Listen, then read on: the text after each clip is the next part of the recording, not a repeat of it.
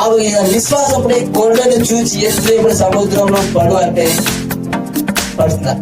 కొండను ఎందుకంటే ఆవగింజ విశ్వాసం ఉంటే కొండను చూసి నువ్వు సముద్రం ఎత్తేవాడు అదేంటంట మాట కదా. ఎందుకంటే ఆవగింజ కొండ పడుతుందంటే ఎందుకంటే అంటే మనకి ఈరోజు ఆవగింజ విశ్వాసం లేదు. విశ్వాసము లేకుండా దేవుడికి ఇష్టమైన సాధ్యము. ఉపవాస ప్రార్థన లేకుండా దేవుడికి ఇష్టమైన అసాధ్యం ఉందా? బయట చాలా మంది ఉపవాస ప్రార్థన, మోకాల ప్రార్థన, ఫస్ట్ ప్రార్థన అంటే శరీరం మీద పడతారు కదా, శరీరం మీద. బైబిల్ ఎక్కడ కూడా దేవుడు ఉపవాస ప్రార్థన చేయగా చెప్పలేదు.